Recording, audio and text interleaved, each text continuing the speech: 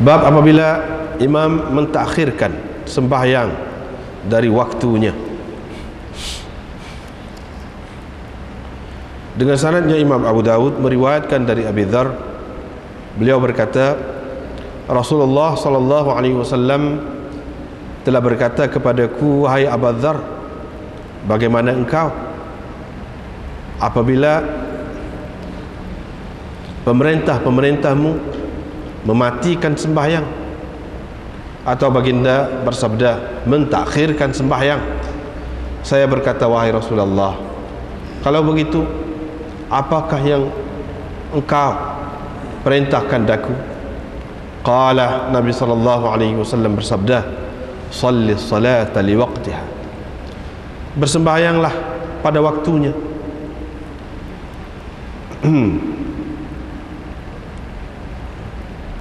Setelah itu, kalau engkau sempat dengan sembahyang bersama mereka, engkau kerjakanlah, kerana ia menjadi sunat kepadamu.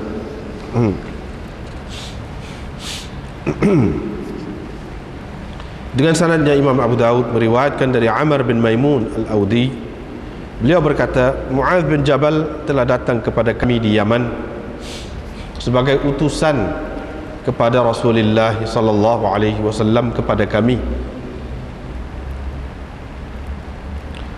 Qala, beliau berkata, ini Amr bin Maimun, maka saya mendengar takbirnya ketika fajar, seorang yang kuat suaranya. Qala, beliau berkata, ini Amr ni, fa ulqiyat mahabbati alaih, maka aku berasa sayang kepadanya, timbul rasa kasih dalam hatiku kepadanya. Dan aku tidak meninggalkannya sampai aku mengebumikannya ketika beliau mati di Syam. Kemudian aku memerhatikan kepada, aku tengok orang yang paling mendalam ilmunya sesudahnya. Aku pun pergi kepada Ibnu Mas'ud dan terus bersama beliau sampai mati. Faqala, beliau berkata, yakni Ibnu Mas'ud, Rasulullah sallallahu alaihi wasallam bersabda kepadaku, bagaimana kamu kalau pemimpin-pemimpin kamu mengerjakan salat tidak pada waktunya? Saya berkata, kalau begitu apakah yang engkau perintahkan daku jika keadaan itu sempat dengan aku? Wahai Rasulullah, baginda bersabda, bersalatlah pada waktunya dan jadikan salatmu bersama mereka sebagai sunat. Anggaplah sembahyangmu bersama mereka itu sunat. Seterusnya riwayat daripada Abi Ubay, yaitu anak kepada istri Ubadah bin As-Samit. Dari Ubadah bin As-Samit, beliau berkata, Rasulullah sallallahu alaihi wasallam bersabda, nanti akan ada sesudahmu beberapa orang pemimpin, yang mana beberapa perkara, yang mana ada banyak perkara lah menyibukkan mereka dari bersembahyang pada waktunya, sehingga berlalu waktunya. Maka bersembahyanglah pada waktunya. Lalu berkata seseorang, wahai Rasulullah, adakah saya bersembahyang bersama mereka? Yani adakah saya perlu bersembahyang bersama mereka? Baginda menjawab, ya, kalau engkau mahu. Sufyan berkata, kalau saya sempat bersembahyang bersama mereka, adakah saya perlu bersembahyang? Ataupun adakah saya kena bersembahyang bersama mereka? Nabi SAW menjawab, ya, kalau engkau mahu. Diriwayatkan dari Qabisah bin Waqqas, beliau berkata, Rasulullah SAW bersabda, nanti akan ada pemimpin-pemimpin kamu sesudahku, mereka mentakhirkan sembahyang fahiyalakum, sembahyang itu tetap berguna kepada kamu, mendatangkan keuntungan kepada kamu, dan sembahyang itu membawa kerugian kepada mereka. Bersembahyanglah bersama mereka ma sallawul qiblah, selagi mereka menghadap kiblat. Yang bersembahyang dengan menghadap kiblat.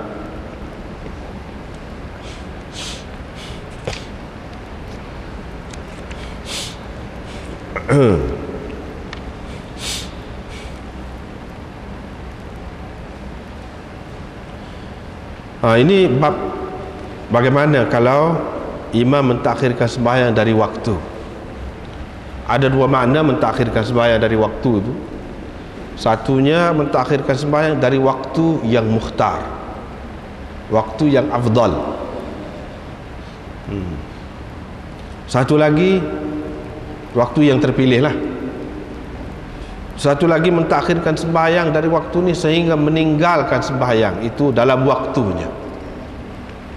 Bersembahyang di luar waktu, itu makna anil waktu, dengan arti meninggalkan waktu sembahyang itulah semua sekali.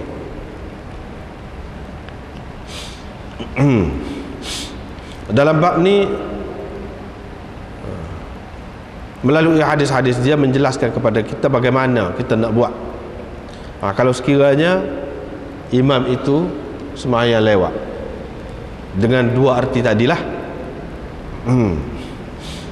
adakah kita akan bersembahyang seorang hak tu lebih baik, atau kita mentakhirkan juga sembahyang untuk sembahyang dengan dia jika dalam waktu tidaklah sampai meninggalkan waktu. Kalau meninggalkan waktu semua kata kena sembahyang sendiri dah tu. Kalau sampai meninggalkan waktu semua sekali. Tapi kalau meninggalkan waktu yang afdal lah, kita kata yang mukhtar, adakah kita perlu sembahyang seorang, ataupun elokkah molek sembahyang seorang, tidak lebih dah jemaah tu, ataupun lebih jemaah lagi kalau kita pelewat. Situ benda bab ni lah.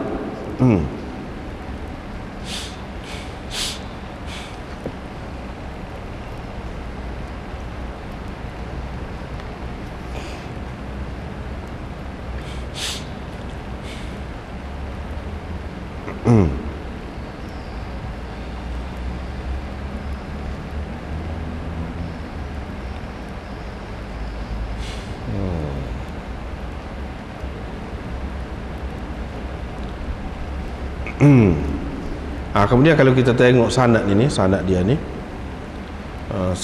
ni tak apalah, boleh lah, boleh. Walaupun ada yang mengatakan siapa tu, Abdullah bin As-Samit yang meriwayatkan dari Abi Dzar itu, ada yang mengatakan tidak hujjah, tetapi boleh dikatakan kebanyakan mengatakan boleh lah, sebab Imam Muslim pun ada ambil juga hadis dia. Dari Abi Dzar dia ambil, Abi Dzar Al-Ghifari, namanya Jundub bin Junadah. Abi Dzar ni masyhur lah di kalangan sahabat. Dia kata Rasulullah SAW berkata kepadaku, wahai Abu Dzar, bagaimana engkau, yakni apa engkau akan buat nanti sekiranya berlaku begini?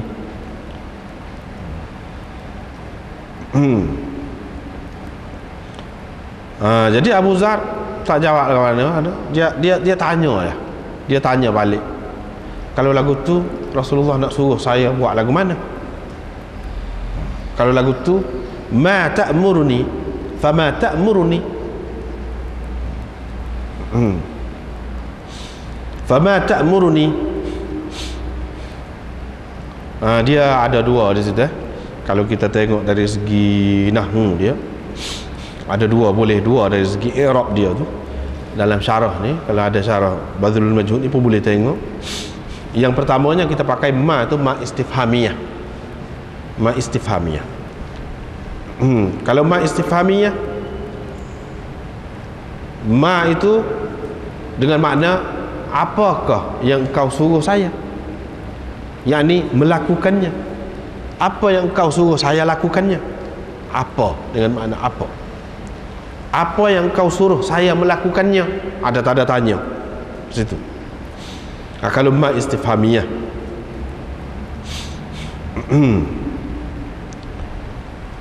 Satu lagi ma tu ma mausul. Ma mausulah. Orang faham? Ma mausulah. Kalau ma mausulah, maka khabar dia mahdzuf. Gitu dari segi nahwu. Yani ma ta'muruni bihi af'alu. Apa yang engkau akan suruh saya lakukannya, saya akan buatlah. Bukan tanda tanya, tak ada tanda tanya. Yani apalah, apa-apa yang kau suruh saya buat, saya akan buatlah. Begitu.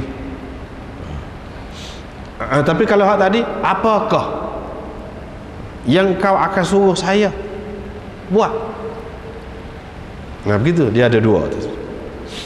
Rasulullah sallallahu alaihi wasallam bersabda, "Shallis salata li waqtiha." Bersembahyanglah pada waktunya. Pada waktunya. Inilah. Baru ni kan kita sudah bicara apa nama ni? Li waqtiha, ala miqatiha. Sini tidak semestinya menunjukkan awal waktu. Ni hadis ni diterima oleh semua pihak yang berselisih pendapat tentang waktu manakah lebih afdal kita kerjakan sesuatu sembahyang. Khilaf ada dah, kita sudah sebut dah baru ni. Walau bagaimanapun mereka semua terima hadis, cuma dengan pandangan dan tafsiran masing-masing lah. Dengan tafsiran masing-masing. Bagi orang yang mengatakan sembahyang di awal waktu lebih afdal, dia kata li waqti alam ni dengan makna dengan makna awal waktu. Li waqtiha makna fi awwali waqtiha. Gitu. Tapi bagi orang yang mengatakan tak mesti. Li waqtiha pada waktunya, ini pada waktunya yang terpilih. Nak tahu waktunya yang terpilih tu kita tengok hadis. Tengok hadis. Baru ni kan kita sudah sebut dah di antara yang mengatakan sembahyang subuh tu elok lebih baik kita lakukan pada waktu isfar, pada waktu cerah tanah, ialah Imam Abu Hanifah dan orang yang sependapat dengan dia.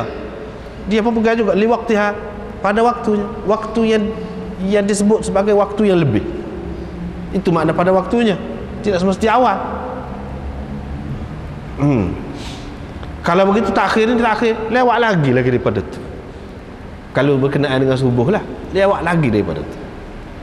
Kalau dalam bab apa nama ni sembahyang zuhur, pada ketika panas sangat,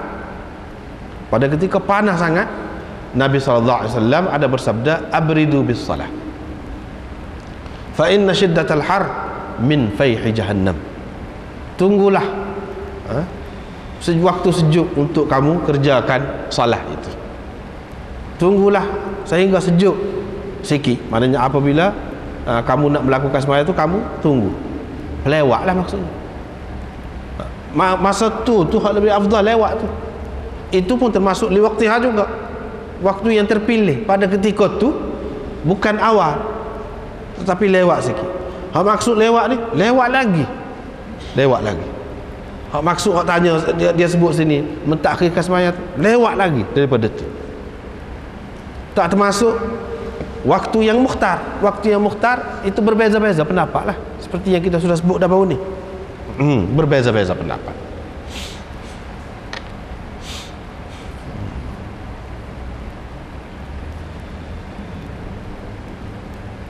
Itu makna li waqtiha. Jadi lafaz li waqtiha ini lafaz yang sahih. Adapun fi awwal waqtiha kita sudah bahas dah baru ni, bahawa tidak ada satu pun yang sahih fi awwali waqtiha dengan lafaz itu. Tidak ada satu pun yang sahih. Termasuklah riwayat Abu Daud baru ni kita sudah jumpa dah. Tidak sahih. Hak sahihnya li waqtiha ataupun ala miqatiha. Hak tu hak sahih. Seperti di sini. Fa in adraktaha ma'hum. Nabi SAW suruh bersembahyang pada waktunya. Kalau engkau sempat bersembahyang bersama mereka, kau sembahyanglah. Fa innaha laka nafilah. Sembahyang itu menjadi nafilah kepada engkau, sunat kepada engkau. Satu makna. Satu lagi dengan makna sembahyang itu menjadi suatu kelebihan kepada engkau. Bukan semestinya makna sunat.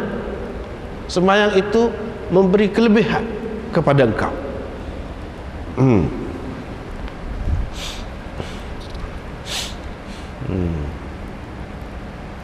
Fa in adraktaha ma'ahum fasallihi.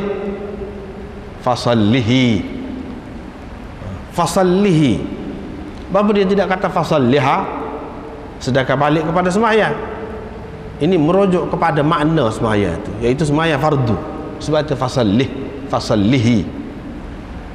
Setengah ulama mengatakan hak ni hak lisakt fasallih. Dia berarti gitu. Tak apalah. Fa innaha laka nafilah, kerana ia menjadi sunat kepada engkau. Satu lagi menjadi kelebihan, yakni membawa kelebihan kepada engkau. Di sini timbul khilaf, perbezaan pendapat ulama. Sembahyang seseorang, kalau dia sudah sembahyang dah saat ni di rumah dia seorang, sembahyang seorang dah di rumah dia, dah orang sembahyang lewat ni, dia sembahyang seorang. Lepas tu dia pergi ke masjid, orang duduk sembahyang. Dengan tu imam dengan jemaah lah duduk sembahyang. Adakah dia pergi tunggu sekali semua sembahyang ke? Kalau ke mana? Situ ada khilaf. Satu berkenaan dengan semua sembahyang ke atau tidak? Situ sekhilaf. Ada ulama mengatakan semua sembahyang berdasarkan hadis ini. Dia tidak kata sembahyang mana-mana. Sembahyang mana-mana. Lepas sembahyang subuh misalnya kita kata, kita sembahyang di rumah, kita pergi ke masjid, orang duduk sembahyang, kita boleh sembahyang bersama dia, dan sembahyang itu jadi sembahyang sunat. Sembahyang itu jadi sembahyang sunat. Satu. Begitu juga walaupun lepas asar. Kalau nak kira dalam keadaan biasa tak boleh kan sembahyang sunat lepas asar, lepas subuh. Tapi dalam kes ni boleh. Bagi mereka lah, bagi mereka boleh. Itu satu. Yang kedua, ada ulama mengatakan sembahyang zuhur dengan asar saja hak boleh lagu ni, buat lagu ni pergi sembahyang pula. Subuh subuh hak boleh buat lagu ni. Zuhur dengan asar tak boleh. Asar tak boleh. Isyak. Sebab subuh dengan asar lepas asar tak ada sunat. Kita tak boleh nak buat sunat. Lepas tu maghrib tak boleh juga. Bagi mereka lah. Ni kita nak ayat khilaf. Bagi mereka. Sebab apa? Sebab sunat tak ada 3 rakaat. 3 rakaat tak ada. Kalau tambah lagi, dia jadi tak serupa dengan tu imam pula. Sebab tu tak boleh. Kata mereka. Sebab tu tak boleh. Ada juga yang mengatakan maghrib boleh, subuh tak boleh. Lepas tu ada pula yang mengatakan subuh boleh, maghrib tak boleh. Macam-macam lah pendapat itu. Macam-macam pendapat. Itu khilaf yang pertama. Khilaf yang kedua, hak kita semaya dulu tu, hak tu kau jadi fardu atau hak kemudian? Hak mana? Itu khilaf yang kedua sini. Baik, kita tengok dalam kitab ni dia ada sebut mengikut Mulla Aliul Qari. Ni orang Hanafi. Tadi kita sebut secara umum. Dia kata hadis ini hak Nabi suruh sembahyang ni dipakai dengan arti sembahyang zuhur dan isyak bagi kita tu maknanya orang mazhab Hanafi. Tapi bagi setengah-setengah ulama Syafi'i, dalam mazhab Syafi'iyah, subuh dan subuh dan asar pun boleh juga. Di sini dia kata ada juga setengah-setengah Syafi'iyah serupa dengan Hanafi, tak boleh. Subuh dan asar tak boleh. Tapi ada juga hak kata boleh. Sebab apa? Sebab subuh dan asar tidak ada sunat selepasnya. Ini bagi orang yang mengatakan tak boleh lah. Dalam mazhab Hanafi semua kata tak boleh. Dalam mazhab Syafi'i dia ada setengah ulama dalam mazhab Syafi'i kata tak boleh juga. serupa dengan dalam mazhab Hanafi. Sebab apa? Sebabnya lepas subuh dengan asar ni tak ada sunnah. Tapi bagi hak setengah-setengah lain, ulama-ulama dalam mazhab Syafi'i yang lain yang mengatakan boleh tu, dia kira terkecuali tu. Hak tak boleh tu hak sunat. Sunat saja, tak ada sebab. Hak ni ada sebab. Dia kira ada sebab. Seperti sembahyang tahiyatul masjid, ada sebab naik atas masjid. Sembahyang sunat wuduk misalnya, ada sebab berwuduk. Sembahyang mayat misalnya lepas asar, ada sebab mayat mati. Ada sebab. Dia kata tak apa, boleh.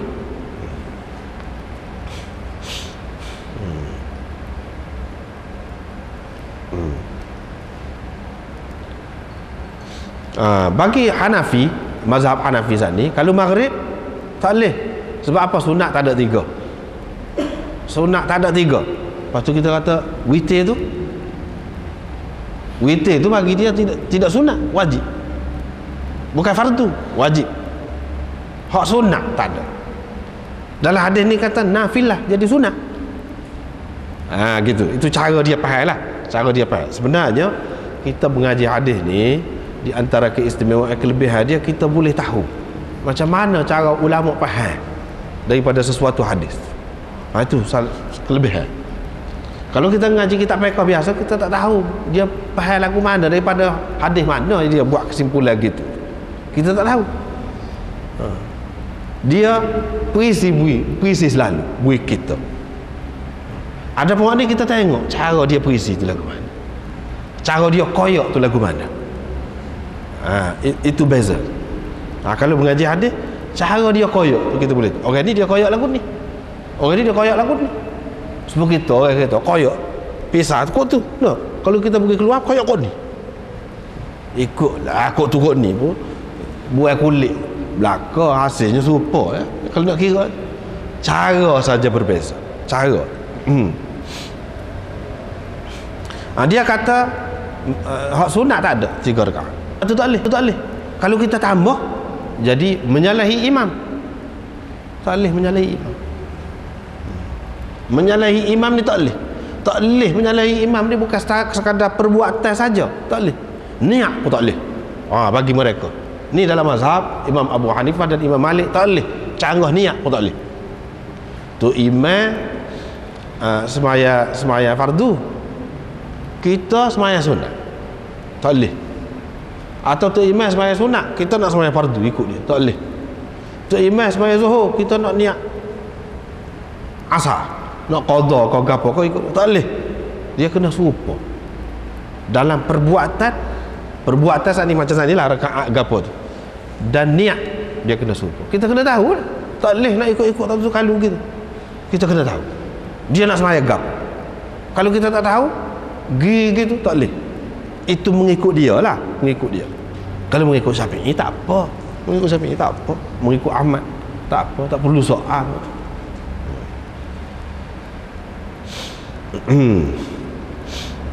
Tetapi kalau mengikut setengah-setengah Syafi'i, boleh dikatakan umumnya lah, dia kata boleh dalam mazhab Syafi'i. Sebab apa? Boleh tu dengan kita tambah 1 rakaat. Tak serupa dengan tu imam. Kalau maghrib sana, tu imam sembahyang 3 rakaat. Lepas pada 3 tu kita bangun 1 rakaat lagi, tambah. Sunat 4 rakaat. Bukan 3, tambah 1 lagi. Boleh dia kata buat lagu tu.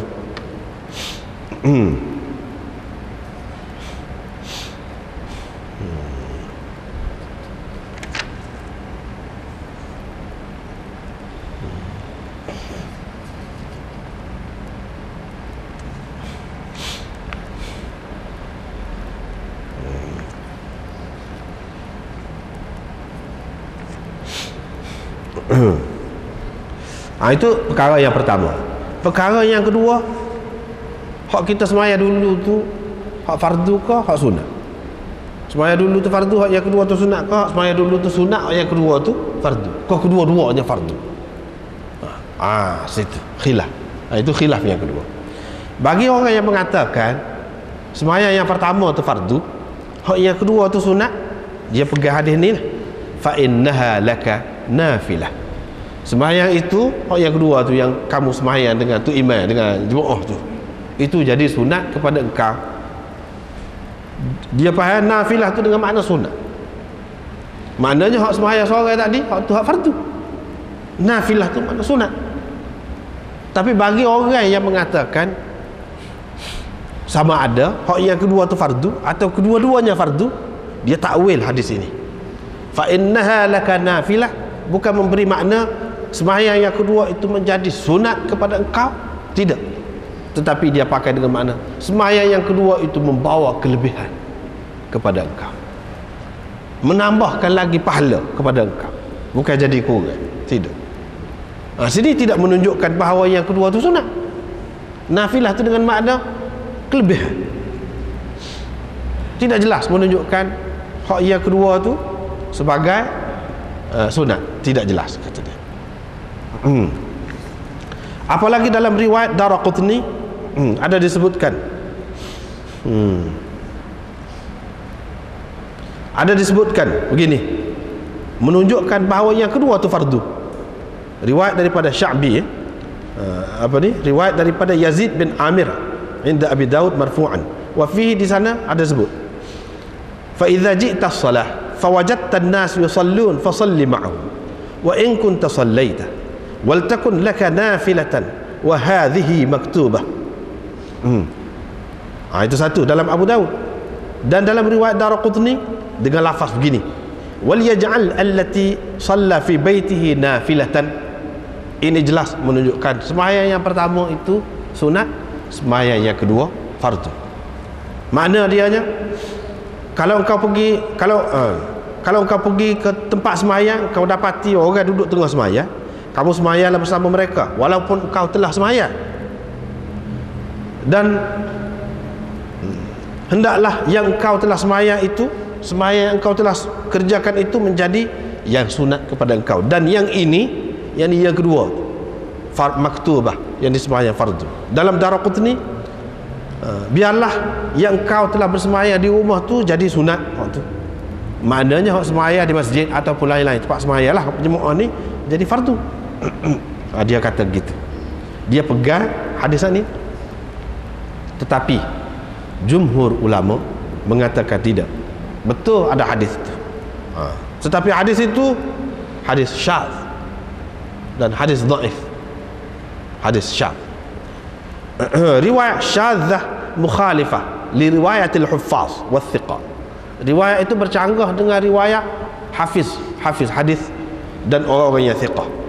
Sebagaimana kata Imam Baihaqi, bahawa orang pegang dengan tu tak boleh, tak kuat, sebab riwayat itu riwayat syadzah.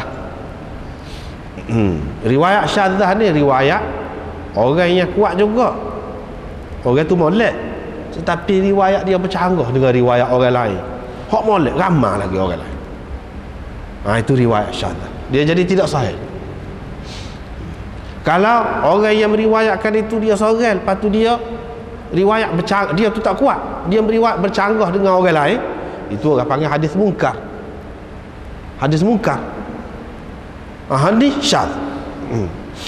Dan Imam Nawawi mengatakan hadis itu dhaif, tak boleh, dhaif.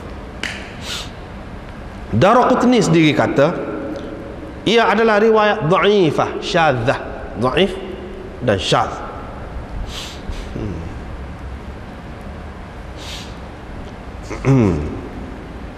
Adapun jumhur ulama dia pegang dengan hadis tadi lah, hadis yang kita baca tadi. Maknanya yang kedua tu jadi sunat, dia pakai dengan makna sunat. Dan banyak lagi riwayat-riwayat yang lain menyebutkan yang kedua itu sebagai sunat, dan hak itulah hak lebih kuatnya. Hak itulah hak lebih kuatnya. Bahkan Imam Syafi'i dalam qaul qadim dia kata isnaduhu majhul, isnad hadis tadi majhul, kerana Yazid bin Al-Aswad tidak ada perawi lain daripada dia selain daripada anak dia, dan anak dia tu pula Jabir tu tak ada orang lain yang meriwayat selain daripada Ya'la. Dia tu Yazid bin Aswad ni tak ada orang lain yang meriwayatkan daripada dia kecuali anak dia. Anak dia tu nama Jabir. Daripada Jabir tu pula tak ada orang lain yang meriwayatkan kecuali Ya'la. sahaja.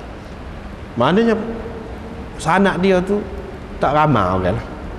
Tak ramai.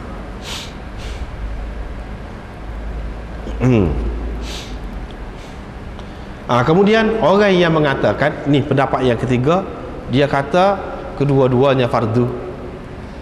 Yang ketiga, kedua-duanya fardu, itu pun tak kena juga. Sebab apa? Sebab tak kenanya Nabi SAW larang bersembahyang 2 kali dalam satu hari. Sembahyang tolak. Nabi SAW larang dalam hadis yang terang, la zuhran fi yaumin, ataupun la tusalla salatun fi yaumin marratain. Tidak boleh dikerjakan satu sembahyang 2 kali dalam satu hari. Yakni tadi boleh, hadis tadi menunjukkan boleh, dia suruh sembahyang. Lepas tu hak tak boleh tu tak boleh lagu mana? Dengan niat lah, niat fardu kedua-dua tu, hak tu tak boleh. Sebab Allah SWT memfardukan sa' hak fardu. Zuhur sa', asar sa', subuh sa'. Maknanya begitu. Tiba-tiba kita pergi niat 2 kali itu dengan niat fardu, maknanya 2 kali, tak kena lah tu. Bercanggah dengan hadis itu, tak boleh. Itu pendapat yang ketiga. Yang keempat, dia kata tak tahu lagi hak mana hak fardu, hak mana hak sunat. Surah ke Tuhan. Lepas tu kita nak niat lagu mana? Hak yang kedua tu tak usah niat kadang-kadang. Niat kita ulas semaya, gitu saja. Kita nak semaya pula, gitu. Niat nak semaya pula. Niat tu niat sunat ke? Tak. Tidak niat sunat sebab tak tahu. Nak jadi sunat ke nak jadi fardu, hak yang kedua. Ini pendapat yang keempat. Serah Tuhan. Itu pendapat yang keempat.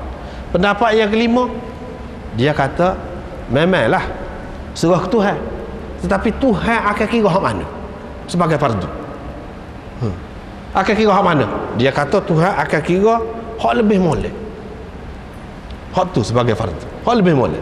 Kalau hak dia semaya seorang tu, hak tu lebih molek di sisi Allah, hak tu lah Tuhan kira sebagai fardu. Kalau hak dia semaya jemaah ramai-ramai walaupun lewat, hak tu lebih molek, Tuhan akan kira hak tu sebagai fardu. Maknanya dia pergi semaya, dia tidak niat sunat, tak. Dia pergi nak semaya pula, semaya gitu lah. Sunat tak pasti lagi, tak boleh kata, sebab boleh jadi hak semaya yang kedua tu jadi fardu. Ini pendapat yang keempat ni, dia bagi 2 pun. Satunya serah Tuhan, kita tak usah kata kadang-kadang. Yang kedua, dia kata Tuhan akan kira hak lebih molek, akan ambil hak lebih molek, dan dijadikan yang itu sebagai hak fardu kepada dia. Hak kurang molek tu dikira sebagai sunat. Dia kata gitu.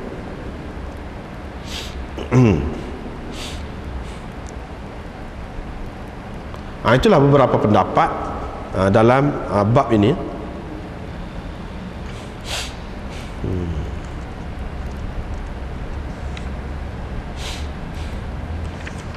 Lepas tu kita tengok di sini,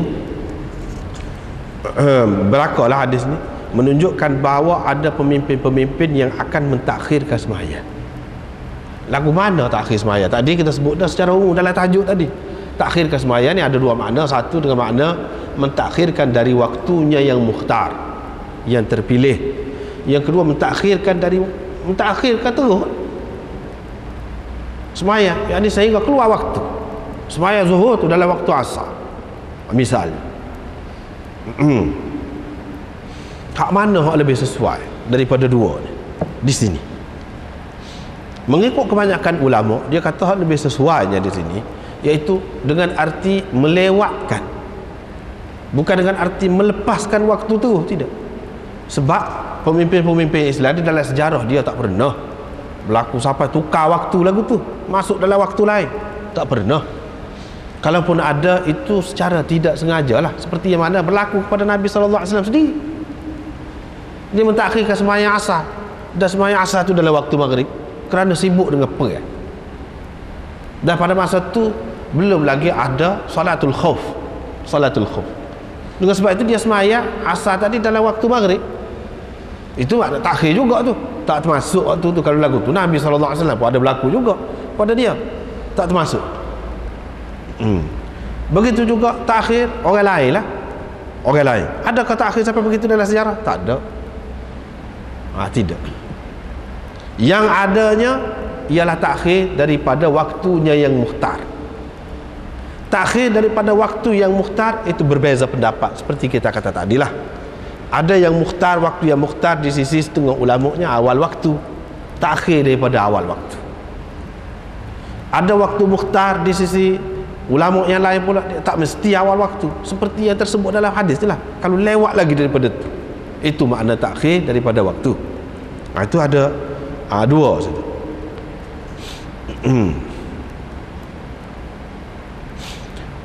Yang ketiga, satu lagi, boleh jadi hak Nabi SAW sebutkan ini akan ada orang yang tukar waktu betul. Ini satu macam juga, tukar waktu betul. Tukar waktu lagu mana? Misalnya dia jamak Zuhur dengan Asar, dia buat Zuhur tu dalam waktu Asar, lewat tu sampai keluar waktu, boleh jadi berlaku. Dan ini berlaku mana di kalangan orang Syiah. Memang dia semaya jamak Zuhur dengan Asar, Maghrib dengan Isya, dia jamak. Itu makna lewat lagu tu. Kalau lewat lagu tu, apakah pemimpin yang macam tu yang dimaksudkan di sini? Nampaknya tidak begitu. Hak tu lari dah tu. Hak tu lari dah tu. Tak ada dah hak suruh. Mana kita semaya dulu dalam waktu, lepas tu kita semaya pula dengan niat Zuhur kan, misalnya kalau Zuhur dalam waktu Asar tu sekali dengan dia. Tak ada lagi tu. Jauh sekali. Sebab itu termasuk dalam ahli bid'ah dah tu. Rosak dah tu. Tak betul. Kecuali lah kalau dalam perjalanan, itu soal lain hak tu. Ni dalam keadaan biasa ni nak jamak juga, itu tidak termasuk dalam hadis ni. Yang termasuk dalam hadis ni iaitu hak jelas ni, mentakhirkan dalam waktu tu lagi, dalam waktu tu lagi. Dan ini akan berlaku, memang pun berlaku di sepanjang sejarah umat ni. Ada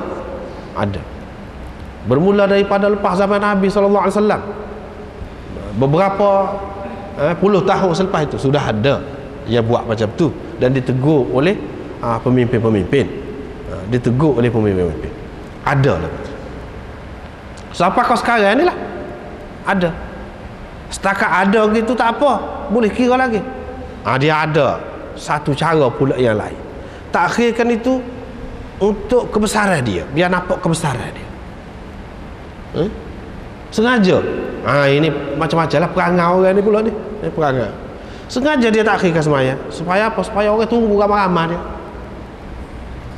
Jadi kena tunggu dia. Kalau tidak tak boleh, tak buat. Itu pun satu penyakit juga.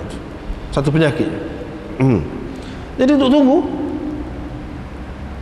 dia sengaja nak menyatakan kebesaran dia tu, kelebihan dia tu, dia mari lewat. Maknanya besarlah dia, orang duduk tunggu. Begitu. Ini pun satu bentuk juga. Kalau begini berlaku dan sehingga lewat terlepas daripada waktu yang mukhtar, maka kita kena ikut seperti yang Nabi SAW rakyat ni lah. Sebab apa Nabi SAW suruh gini, suruh pergi semaya pula? Apakah ini termasuk dalam taqiyah? Pura-pura? Seperti yang diajar oleh Syiah tu, kita pura-pura, muka-muka, wak lolok semaya. Tidak, sungguh semaya memang dalam syariat kita ada, boleh buat lagu tu, bukan pura-pura. Lepas tu apa ya suruh juga ni, sekali-sekali tengok macam pura-pura lah, macam kita nak jaga orang, nak jaga hati orang, padahal kita sudah buat dah. Tapi itu kita boleh tolak lah, seperti yang kita kata tadi. Dan Nabi SAW sendiri suruh buat, tak timbul dalam masalah pura-pura tu. Tak ada pura-pura, memang boleh semaya, memang ada kelebihan pun semaya tu. Cuma apa yang kena semaya juga tu yang ditekan, kata apa? Jawabnya, kerana Nabi SAW sinilah nak ajar kesatuan ummah itu. Jangan bagi nampak tak serupa, jangan bagi nampak kita tak suka kepada jamaah tu, jangan.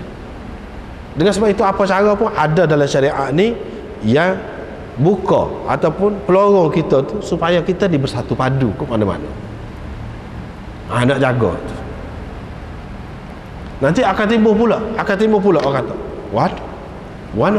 Tok Imam tu tak betul, kau salah, kau lagu mana kau, ya dia tak sah sembahyang. Timbul syaitan, dia boleh cocok situ boleh. Dia tak kena bacaan dia kau, ya dia tak sah sembahyang. Semua dia sembahyang awal sama. Lepas tu dia tak panggil, dia boleh jadi timbul perkara-perkara yang seumpama itu. Tapi kalau tidak timbul, misalnya dia orang biasa kau, boleh kira. Tapi kalau orang-orang yang pandai, boleh jadi timbul masalah. Kau dia akidah tak betul, kau lagu mana kau, dia kok mana, ya dia tak sembahyang. Dengan sebab itu Nabi SAW suruh pergi. Dan ini secara tidak langsung bermakna ajar kita supaya mesra dengan masyarakat. Jangan kita menjauhkan diri, walaupun mungkin ada perkara yang kita tidak sesuai dengan dia. Kita tidak sesuai dengan dia, bukan makna kita tak boleh duduk sekali sama-sama dah kita tak sesuai dengan dia, tak sependapat, tak serupa pendapat dengan dia, jadi kita tak boleh duduk sekali sama. Tidak lagu tu. Walaupun kita tidak setuju dengan dia, kita boleh duduk sekali. Diajarkan kita supaya duduk, supaya apa? Kita boleh baiki. Kalau kita lari dulu lagi, kita tak boleh nak baiki. Tetapi itu semua perlu dilakukan dalam batas-batasnya. Ini tidak termasuk dalam kita nak jaga hati orang, nak ambil hati dia, kita pun buat. Walaupun benda tu benda bid'ah, tak termasuk tu. Hak ni nak jaga dia, bila-bila jaga tu, ada ni Nabi SAW suruh pergi sembahyang. Ada, tak apa. Walaupun mungkin pada zahirnya orang kata nampak pura-pura, itu saja kata. Dah hadis suruh kita pergi sembahyang, tak apa. Tetapi kalau kita nak jaga hak lain, tak boleh. Sebab apa? Kalau kita buat juga boleh jadi keliru orang pula. Terutama kalau kita orang pandai, orang akan kata berkali sunnah, berkali lagu tu pula. Dengan sebab itu molek tak pergi pula, jelas, biar terang selalu. Molek tak pergi, buat sesuatu yang merupakan bid'ah, biar terang, supaya orang kata, sekurang-kurang orang kata dia tak buat, dia tak sah, biar terang. Lepas tu kalau nak tanya, tanyalah dia apa sebab. Begitu. Jadi kita bertolak ansur dalam perkara-perkara macam ni. Ada Nabi SAW suruh pergi sembahyang. Kita tak boleh kias dengan hak ni, nak kias dengan benda hak Nabi SAW tak pernah buat. Misalnya, tak boleh kias lagu tu. Benda hak Nabi SAW tak pernah buat. Misalnya kita kata sembahyang teman. Sembahyang teman. Sembahyang teman orang mati ni kan, orang kita buat kan. Jadi kalau kita nak ambil hati dia, nak jaga hati masyarakat, jadi dia pun suruh kita nak buat kata. Pada anak tak sih. Sebab apa? Benda tu tak ada dalam sunnah. Tak ada dalam sunnah. Dan teman-teman tu untuk apa? Kononnya, kira-kiranya apabila kita buat sembahyang ke dia tu, jadi ada teman lah dia tu tidak jadi liar, tidak jadi takut, ketakutan dalam kubur dia tu. Sebab ada teman tu mari macam-macam lah gambaran, dalam rupa orang yang comel, orang yang mesra dengan dia. Tak payah waktu tu. Dalam hadis yang sahih berapa banyak, dalam Bukhari, dalam Muslim, dalam lain-lain lagi ada sebut sembahyang kita sendiri tu jadi teman kita dah. Apa nak suruh orang lain sembahyang, nak teman, sembahyang kita sendiri tu jadi teman dah. Tak ada pula dalam hadis-hadis yang disebut ada orang lain pula buat sembahyang teman. Tak ada. Sembahyang dia tu sendiri masing-masing sudah jadi teman. Itu hak sahih. Adapun hak ni tak tahu mana hadis. Jadi kita tak boleh nak melera hak lagu tu. Biar orang nak kata apa, kalau anak tak kisah. Cumanya nak tahulah hadis. Kalau ada hadis tak apa, macam ni dia suruh sembahyang, tak apa. Hak khilaf lain. Ni khilaf. Orang dia kata boleh sembahyang. Sembahyang belaka. Semua sembahyang lah, sebab zahir dia suruh sembahyang, dia tak kata sembahyang zuhur dengan isya saja ke. Itu masih khilaf lagi. Hak ni pula kata semua sembahyang. Hak ni pula kata zuhur dengan isya saja. Hak lain tak boleh. Sebabnya gini-gini. Itu khilaf. Bukan bid'ah. Khilaf ni makna dia ada asal, ada hadis dia, ada ayat Quran. Cuma beza tu dari segi faham. Faham tu beza. Sebab kita kata cara koyok tadi beza. Tu je. Benda tu ada. Benda tu ada. Hak nak koyok tu pun ada. Alat nak koyok tu pun ada. Cara saja. Hak ni tolaklah ke depan, nak koyok. Hak ni alah gini. Tetapi benda bid'ah dia tak ada langsung. Misalnya sembahyang teman tak ada. Mana ada hadis? Tak ada. Tak ada hadis. Lepas tu kita boleh kias? Tak boleh kias. Kias tak boleh dalam bab ibadat. Nak kias benda lain boleh. Dalam bab ibadat tak boleh. dia jadi bid'ah. Itulah bid'ah ni.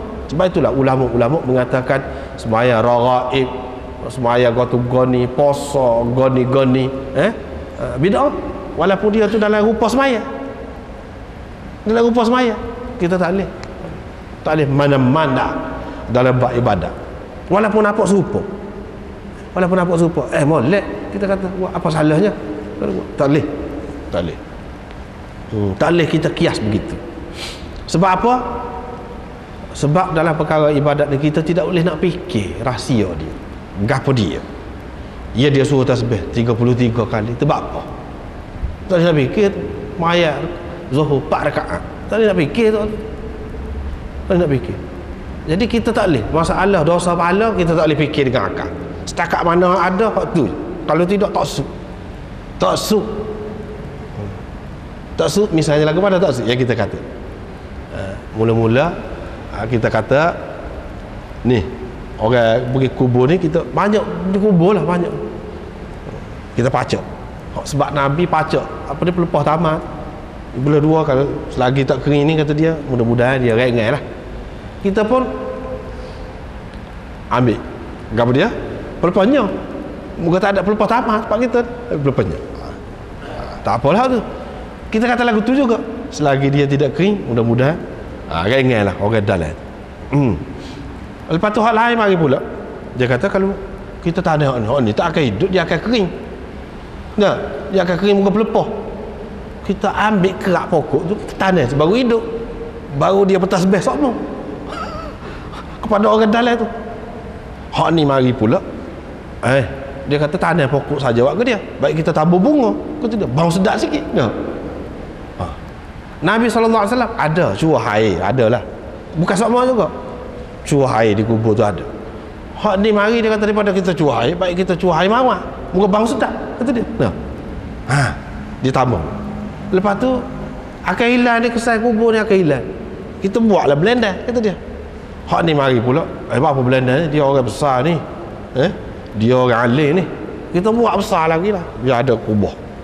Nah, hak ni pula mari apa sebesar tu tak boleh, tak ada satu kena besar lagi. Besar lagi satu bangunan. Hak lain mari pula dak besar lagi, kena besar lagi, buat lebih, jadi tukar dengan masjid setengah-setengah negeri. Sebab kita alhamdulillah lah tak ada tu. Tapi setara tu ada lagi luar negeri. Islam juga dia kata Islam juga. Islam pasti mana? Bid'ah lah. Tukar dengan masjid, dengan kubahnya dengan ada. Kita kamak ke masjid, pergi kubur satu orang saja, maka bereka-eka tanah. Tengoklah di mana-mana, boleh tengok belakang tu bereka-eka tanah. Tu akibatnya tak suk. Itu kalau kita lek dalam bab sana. Sedangkan kalau kita ikut sunnah senang. Dah moga orang wakaf kat tu tanah kubur tu. Dah wakaf tu tak usahlah duduk bubur banyak-banyak sangat, sebab bila bubur dah besar-besar jadi sebab kubur Cina ke kubur-kubur lain besar makan ruang. Berapa orang yang boleh muat satu kubur tu? Sikit saja. Tapi kalau kita ikut cara sunnah tak ada rata 50 tahun akan datang baru habis rapat ke hujung ni, boleh gali semula dah ni.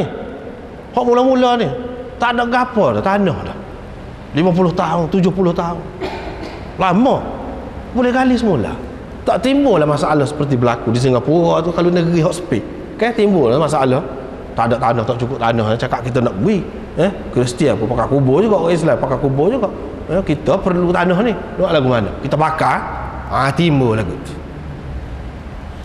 Tak timbul dah tu sebenarnya kalau kita pandai guna.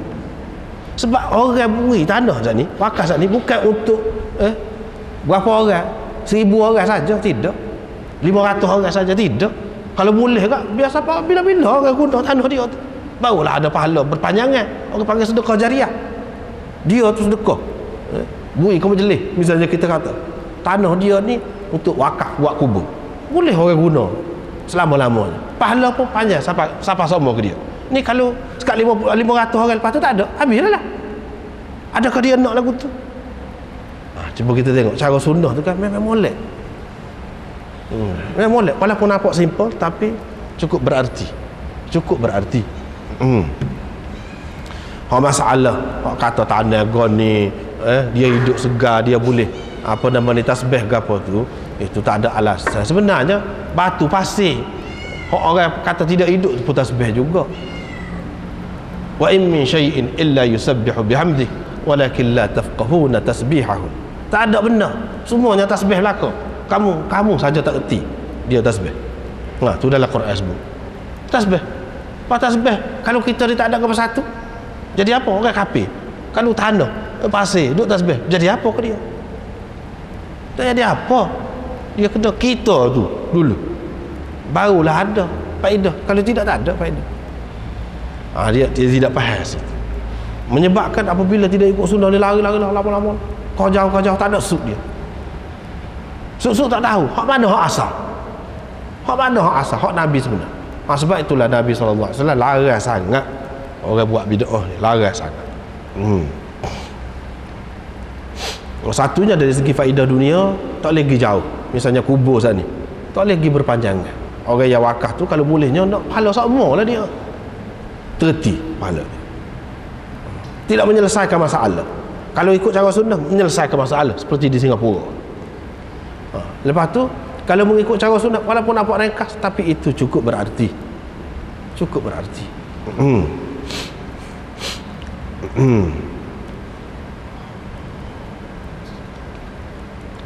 Tak apalah. Tak apalah.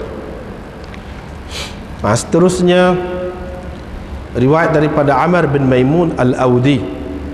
Dia kata Muaz bin Jabal pergi ke Yaman, pergi kepada kami di Yaman. Siapa dia? Amr bin Maimun Al-Audi ni.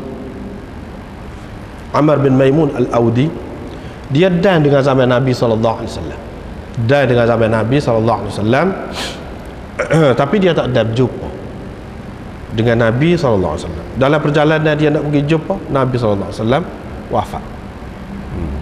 Begitulah ceritanya.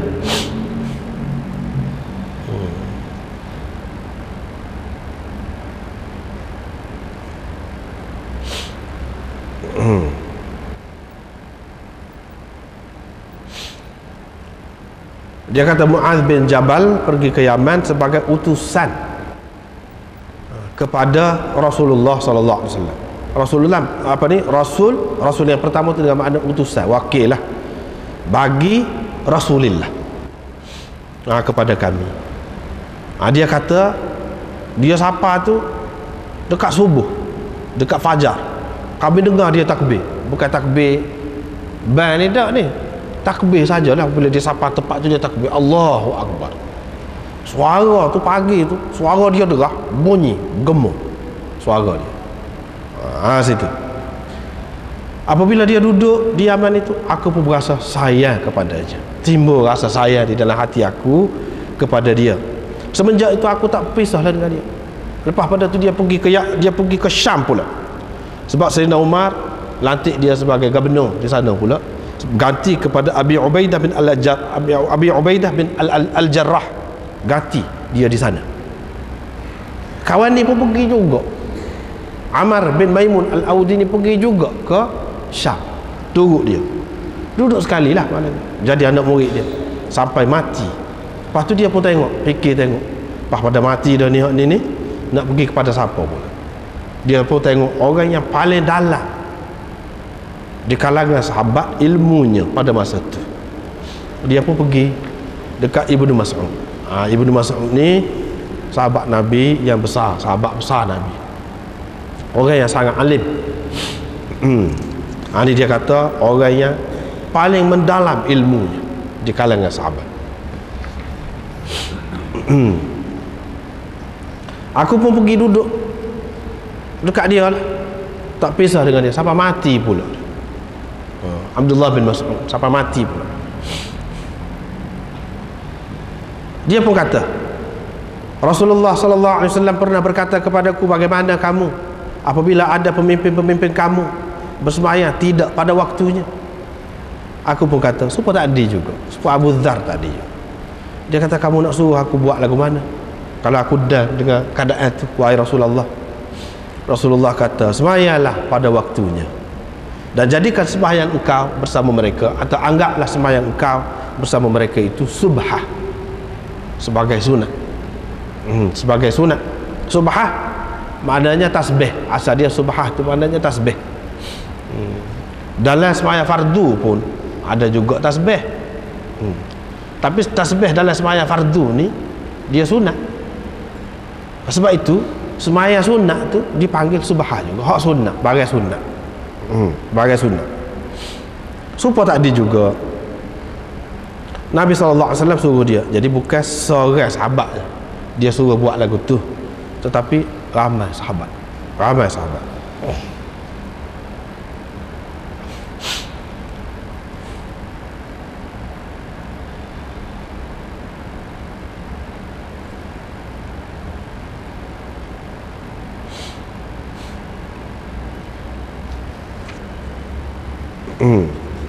Ramai sahabat yang Nabi SAW suruh buat lagu tu.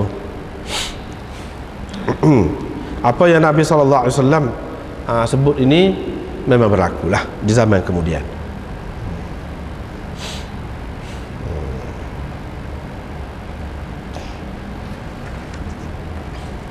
Seterusnya, daripada anak saudara perempuan Ubadah bin As-Samit, dari Ubadah bin As-Samit. Ini yang anda sebut ni berdasarkan dalam nuskhah ni lah, dalam nuskhah ni. Lepas tu kalau kita tengok pula riwayat satu lagi, dia ada tahwil sanad ha. Lepas pada tu sanad yang lain sampai kepada Hilal bin Yasaf juga, sampai kepada Sufyan. Al-makna maknanya sama dengan riwayat sebelum pada tu. Yang ni daripada Mansur. Tadi Jarir meriwayatkan daripada Mansur, ini Sufyan meriwayatkan daripada Mansur. Makna dia serupa hadis, lafaz dia tidak sama. Itu makna al-makna. Makna dia saja sama, lafaznya tidak sama. Yang ini riwayat mereka berdua, riwayat Jarir dan riwayat Sufyan daripada Mansur ni, makna dia sama, lafaz dia tidak sama. Tapi dalam riwayat ni Sufyan daripada Mansur ni an Abi Ubay ibni imraati Ubadah bin As-Samit, dari ayah Ubay. Siapa ayah Ubay itu? Iaitu anak kepada isteri Ubadah bin As-Samit. Hak tadi anak saudara perempuan bagi Ubadah bin As-Samit. Abil Musanna ambil daripada anak saudara perempuan bagi Ubadah bin As-Samit. Hak ni Abil Musanna ambil daripada Abi Ubay. Abi Ubay itu siapa? Iaitu anak lelaki kepada isteri Ubadah bin As-Samit. Situ beza dari segi sanad, dari segi sanadnya beza. Hak betulnya hak mana? Hak betulnya hak yang kedua. Hak betulnya yang kedua. Hak ni hak yang pertama ni, riwayat yang pertama ni, ani bni ukhti Ubadah tu silap. Yang betulnya ani bni imraati Ubadah bin As-Samit, iaitu dari anak isteri Ubadah bin As-Samit. Supaya riwayat yang kedua, anak kepada isteri Ubadah bin As-Samit tu siapa dia? Abi Ubay. Abi Ubay. Siapa dia isteri Ubadah bin As-Samit? Iaitu Ummu Haram binti Milhan. Ummu Haram binti Milhan. Siapa dia? Abu Ubaid. Abu Ubaid itu kunyah. Abi Ubaid itu kunyah. Nama dia yang sebenarnya Abdullah. Nama dia yang sebenarnya iaitu Abdullah. Abu Ubaid.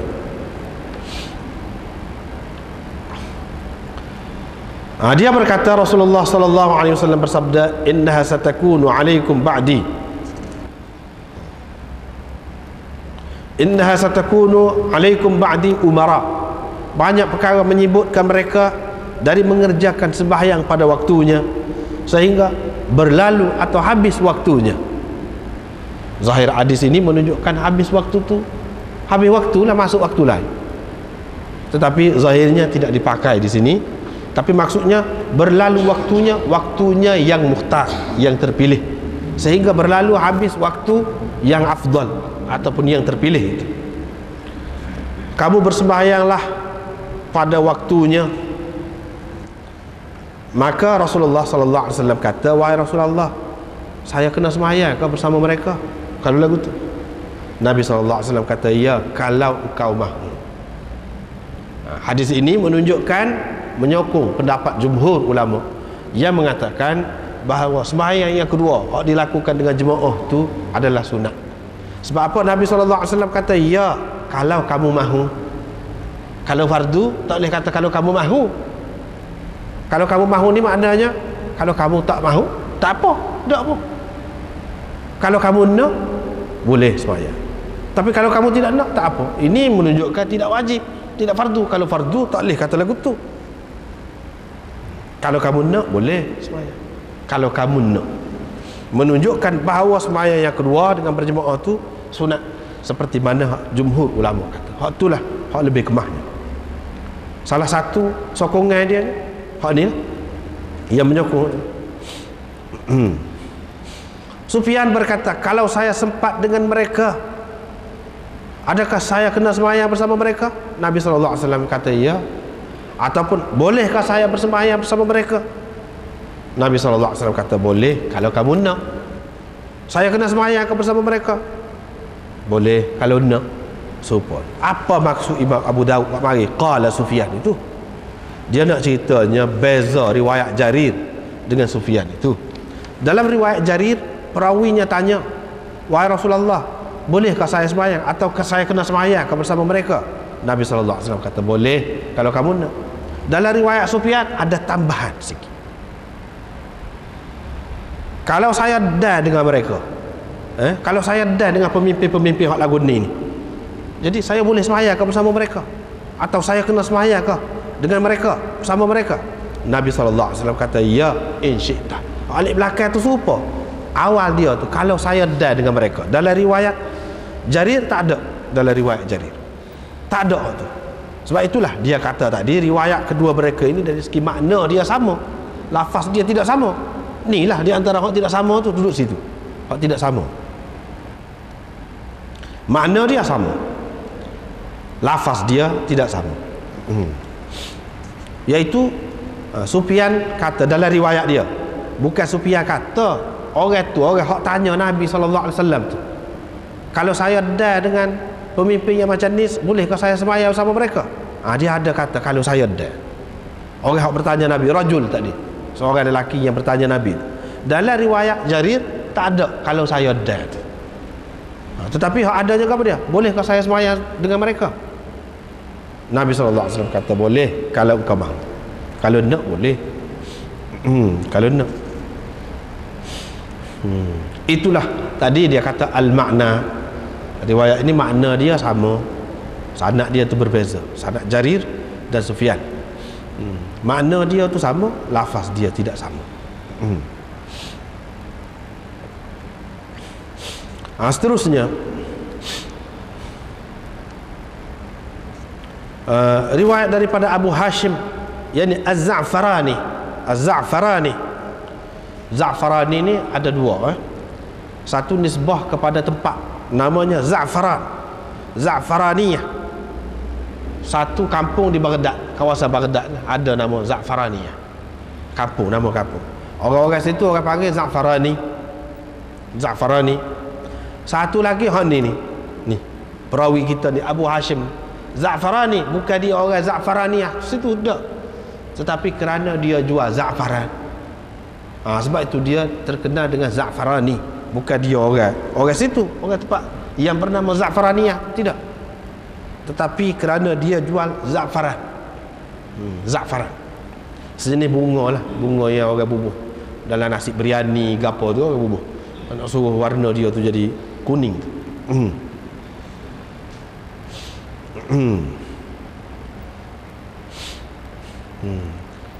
Siapa dia Abu Hashim ni, Az-Za'farani ni, hak jual za'faran ni? Dia ni ni tak kemah sini ni, tak kemah. Kalau kita tengok dalam kitab ni, dia kata Ibnu Ma'in kata thiqah, Abu Hatim kata salih ma arabihi ba'san, tak apa, bolehlah. Ibnu Hibban masukkan dia di dalam perawi yang thiqah. Bukhari kata fihi nazar. Bukhari ni orang teliti, orang cermat. Dia kata fihi nazar. Dia dipertikaikan, kedudukannya dipertikaikan. Abul Walid At-Tayalisi kata thiqah. Uqaili pula memasukkan dia di dalam kitab dia, senarai perawi-perawi dhaif. Maknanya dia ni perawi dhaif. Mengikut setengah ulamanya perawi dhaif, mengikut setengah ulamanya tidak dhaif. Tidak dhaif. Begitu. Lepas tu kita nak pakai kat mana? Situlah dia beza. Itu masalah ijtihad dalam masalah perawi-perawi ni. Setengah orang sebab apa dia kata satu hadis tu dhaif? Sebab bagi dia ada seorang perawi dia tu dhaif. Tapi bagi orang lain dia tidak pandang perawi itu dhaif. Maknanya kedudukan dia tu tidaklah lemah sangat. Maka dia katakan hadis itu tidak dhaif. Gitulah mengikut kaedah asalnya. Kalau sekat tu tak apa hadis ni. Kalau sekat Abu Hashim tu tak apalah orang dia kata gini, orang dia kata gini. So kita kena tengok perawi lain pula. Perawi yang kedua pula. Dia ni ambil daripada Salih bin Ubaid. Siapa dia Salih bin Ubaid ni pula? Kita tengok sini. Salih bin Ubaid, Ibnu Hibban kata dia ni orang thiqah. Ibnu Hibban kata dia ni thiqah. Ibnu Hibban ni termasuk dalam ulama jarh dan ta'dil. Tetapi ulama-ulama mengatakan dia ni mudah nak raih lah, mudah nak raih, mudah nak lulus. Kalau dia orang lain kata lemah, dia kata tak apa lagi. Dia ni mudah, alah ke lulus, mudah alah ke lulus. Ibnu Hibban maklum gitu, maklum di kalangan ulama jarh wa ta'dil, dia ni dikenali sebagai seorang yang mudah dalam meluluskan orang. Sebab itulah kita tengok semua dia kata thiqah, thiqah, orang ni thiqah. Dikatakan dialah yang meriwayatkan, dialah orang yang Ammar bin Al-Harith Al-Misri meriwayatkan daripada dia. Dialah Salih bin Ubaid ini perawi di bawah dia. Siapa dia? Iaitu Ammar bin Al-Harith. Bukhari pula kata ada dua orang ni. Ada dua orang ni, Salih bin Ubaid. Ada beza. Begitu juga Bazzar dalam sunan dia sebut beza. Kok mana-mana pun kalau beza, kalau beza, Saleh tu Saleh ni, kau Saleh lain kau? Saleh tu Saleh anak murid kepada Qabisah ni kau?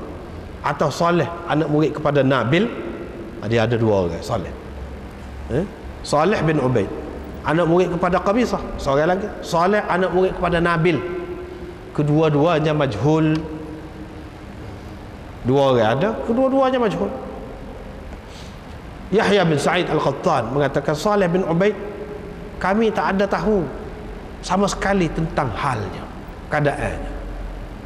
Bila seorang jarh wa ta'dil, ulama jarh wa ta'dil tak kenal orang tu, maknanya tak ada lah. Orang tu tak maklum sebagai seorang yang ahli.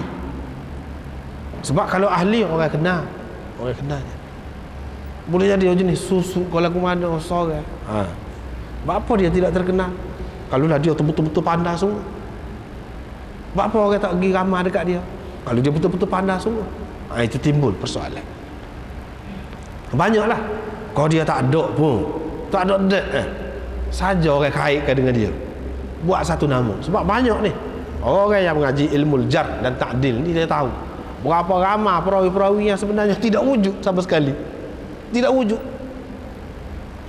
Sengaja orang buat nak sebarkan sesuatu hadis, dia buat sanad lagu ni padahal tak ada dek. Lepas tu dia buat mari sanad.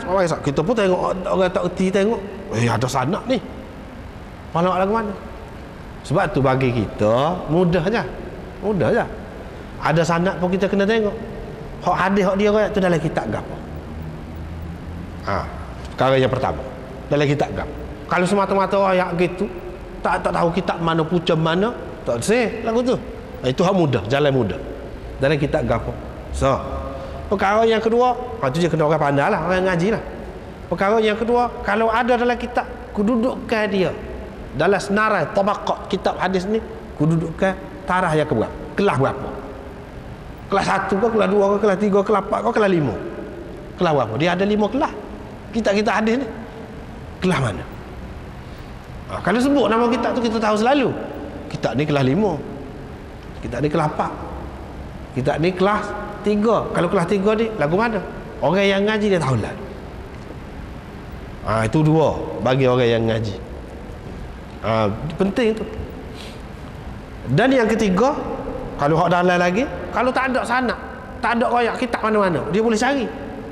Sanad ada dah cukup. Sanad ada dah cukup. Dia boleh melalui sanad sana, dia tengok. Orang ni ada ke tak ada? Tengok dalam senarai. Dalam senarai kitab perawi ada ke tak ada? Kalau dalam kitab perawi tak ada, tak boleh. Zaman mana dia hidup? Dia ambil daripada siapa? Orang ni kira-kiranya hidup zaman mana? Boleh cek, semua boleh cek. Semua boleh cek. Tak lepas. Dengan sebab itulah orang-orang yang dia nak buat benda-benda yang tak betul dalam agama ni, dia cukup anti kepada ahli hadis. Cukup anti. Sebab dia takut. Sebab ahli hadis akan buka pekung dia, dedahkan kepalsuan dia dengan cara-cara tadi lah. Kalau dia kata dalam kitab, dia boleh tahu kitab ada ke tak ada. Ada ke tak ada dalam kitab, dia boleh cek. Kalau ayat perawi sana, dia boleh cek juga sana. Kalau ada dalam kitab, dia boleh bahas lagi kitab tu setara mana, kelas mana kitab. Itu susah. Sebab tu ahli bid'ah dia sangat benci kepada ahlul hadis. Dia sangat benci, tak suka. Sebab apa? Ada hadis susah, payah. Itu sebenarnya. Sebab apa dia nak tengok mana hadis? Kalau tak ada hadis tak boleh. Kalau bon oyak orang ni boleh oyak belakang lagu tu, tak sudah. Kita ada panduan, farudduhu ilallahi war rasul in kuntum tu'minuna billahi wal yaumil akhir. Kalau berselisih dalam sesuatu perkara, kembalikan kepada Allah, Quran dan Rasul, sunnah. Kalau kamu benar-benar beriman dengan Allah dan hari kemudian. Kalau kamu tak balik situ, mana kamu tidak benar-benar beriman dengan Allah dan Rasulnya. Dia ayat dah tu dua perkara. Hak tidak sesat pun dua perkara dia kalau pegang kemah. Nabi SAW kata tak akan sesat dua perkara, Quran dan sunnah. Kalau nak ayat tu wali ni ahli tasawuf ni, itu bukan jaminan tu. Bukan jaminan. Tak ada jaminan lagi. Dia dapat mimpi, dapat gitu gini. Tak boleh. Itu bukan jaminan dalam agama tu. Bukan jaminan dalam agama. Tak boleh. Quran dan sunnah. Hak tu je, hak jaminan. Kalau hak lain tak ada. Boleh jadi betul, boleh jadi tak betul, belakang semua. Betul apabila betul dengan hak tadi, dua tadi. Tak betul apabila tak betul dengan hak dua tu. Lepas tu ada kaedah lah. Kadang-kadang ia jadi beza pendapat tu kerana berbeza dalam memahami kaedah tu. Itu pun satu perkara juga. Berbeza dalam memahami kaedah tu. Hafiz dalam Taqrib, Hafiz Ibn Hajar dalam Taqrib At-Tahdzib, dia kata qila huwa maqbul.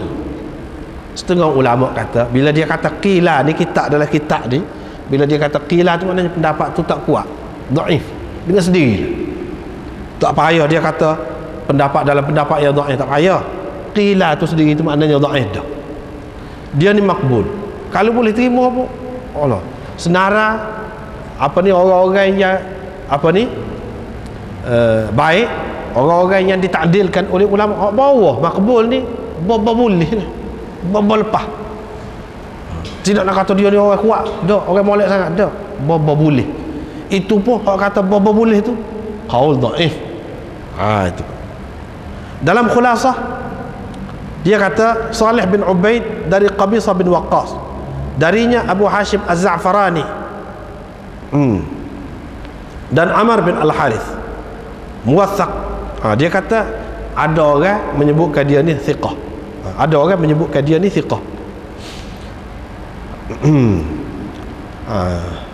Tetapi hak mengikut kebanyakan ulamanya, hak kuatnya di sini majhul, tidak diketahui dan tidak kuat.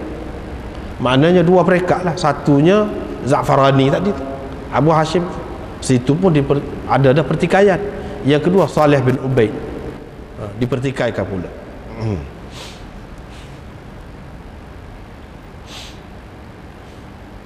Maknanya paling tinggi, paling tinggi, sebab setengah-setengah kita ni ada pakai kitab cetakan Arab tu, ada pak orang rasanya yang mentashihkan dia. Situ dia kata hadis ini sahih. Tak boleh sahih hadis ini, dia tidak sahih, dhaif. Sebab apa ni? Paling tinggi, paling tinggi ni, tebal-tebal lah ni, tebal, hasan paling tinggi. Tak boleh pergi nak sampai ke sahih, tak boleh. Tinggi kedudukan hadis sahih ni, setara ni dia tidak jadi sahih. Paling tinggi hasan. Tetapi hak sedaknya, hak jelasnya dhaif hadis ini.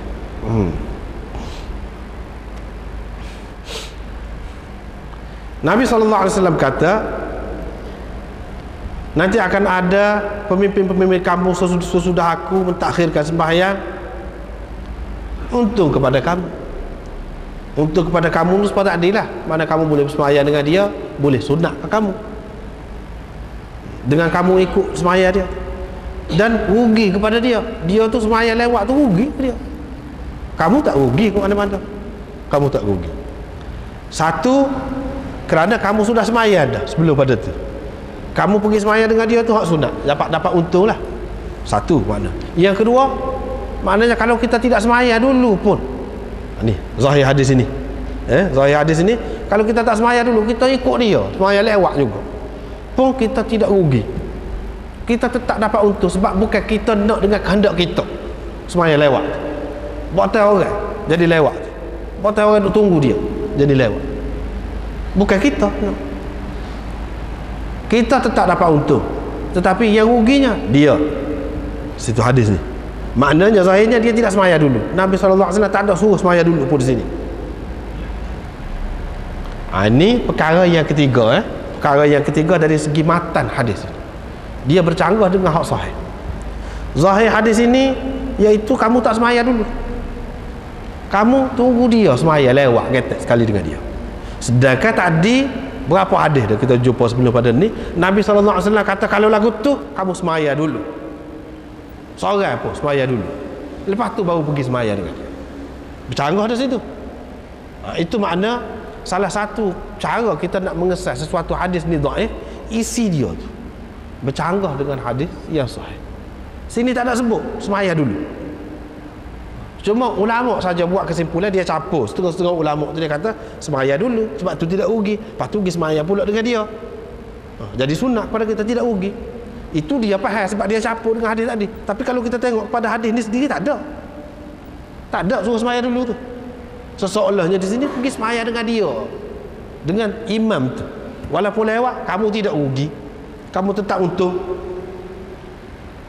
Untung tu bukan kerana sembahyang satu sembahyang fardhu, lepas tu yang kedua ni sembahyang sunat, tidak. Kerana kamu tunggu jemaah lah, itu untung, kamu tetap untung, bukan dengan kehendak kamu, tapi dengan kehendak dia. Kamu kenalah sembahyang bersama mereka, ma sallawul qiblah, selagi mereka itu bersembahyang dengan menghadap kepada kiblat. Selagi mereka itu bersembahyang dengan menghadap kepada kiblat. Ini perkara yang kedua dalam matan. Selagi dia ni bersembahyang menghadap kepada kiblat, kamu kena ikut dia. Kamu kena ikut dia, sembahyang ikut dia. Maknanya satu tadi tak sembahyang dulu, sembahyang ikut dia. Yang kedua, selagi dia menghadap kiblat. Banyak perkara ni kalau selagi menghadap kiblat ni, banyak lagi benda-benda lain. Sedangkan dalam hadis tadi dia kata mentakhirkan sembahyang saja, hak lain tidak jelas. Dia ada akidah gini-gini, dia buat amalan gini-gini, tak ada. Semata-mata mentakhirkan sembahyang saja. Hak tu pun Nabi SAW suruh sembahyang dulu. Dan kira-kiranya ada hak tu hak fardu, hak yang kedua tu sunat. Kalau kita tak sembahyang pun tak apa, dah lepas dah kita. Dalam hadis tadi dia kata kalau nak Maknanya jelas menunjukkan yang kedua tu tidak fardu. Kalau kita tak sembahyang pun tak apa dah. Semata-mata mentakhirkan tu pun Nabi suruh sembahyang dah. Seorang. Hak ni tak ada suruh sembahyang seorang. Dia kata suruh pergi sembahyang sekali selagi dia menghadap kiblat. Selagi menghadap kiblat ni banyak perkara. Banyak perkara. Lepas tu kalaulah dia tu ada bid'ah-bid'ah yang berkait dengan akidah, macam Syiah ke, macam Mu'tazilah ke, macam apa ke, macam mana, kita kena ikut lagi ke dia walaupun dia sudah mempunyai akidah-akidah yang bercanggah. Zahir hadis ini nampak selagi menghadap kiblat boleh. Itu perkara yang keempat yang kita kena perhati. Sebab itulah orang yang biasa dengan hadis, dia tahu hadis tu ni sifat dia lagu, dia akan ada bercanggah tu. Lepas tu dia akan bercanggah dengan perkara-perkara yang besar lagi. Maknanya macam di sini tak perlu soal dah hak lain, asal dia menghadap kiblat. Lepas tu hak lain tu nombor 2, nombor 3, nombor 1 sekali menghadap kiblat. Tak boleh, lagu tu kena tengok juga. Kena tengok juga. Bukan kata menghadap kiblat tu saja sudah cukup, segala-galanya selesai. Sebab itulah dalam syarah ni pun dia sebut, selagi mereka itu bersembahyang dengan menghadap kiblat, yang dimaksudkan dengannya selagi mereka itu muslimin, maka sembahyanglah bersama mereka walaupun mereka mentakhirkan. Kalau dia sudah tidak Islam walaupun dia menghadap kiblat, no Islam tidak Islam ni dia atas akidah. Kalau akidah dia tu sudah menyebabkan dia ni tidak Islam walaupun dia menghadap kiblat, tak boleh dah, sebab dia tidak Islam walaupun menghadap kiblat.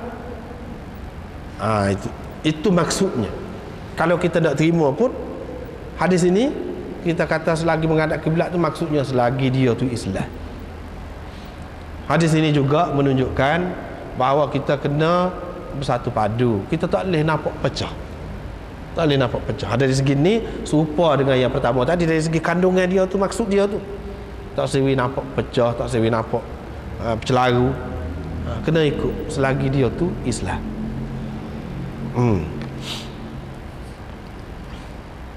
Kemudian babun fi man nama an salatin aw nasiyaha, tentang orang yang tertidur sehingga tertinggal sembahyang ataupun terlupa mengerjakan sembahyang. Macam mana nak buat? Sekat itulah. Ini panjang pula ni cerita, bahas panjang. Wallahu a'lam. Akhir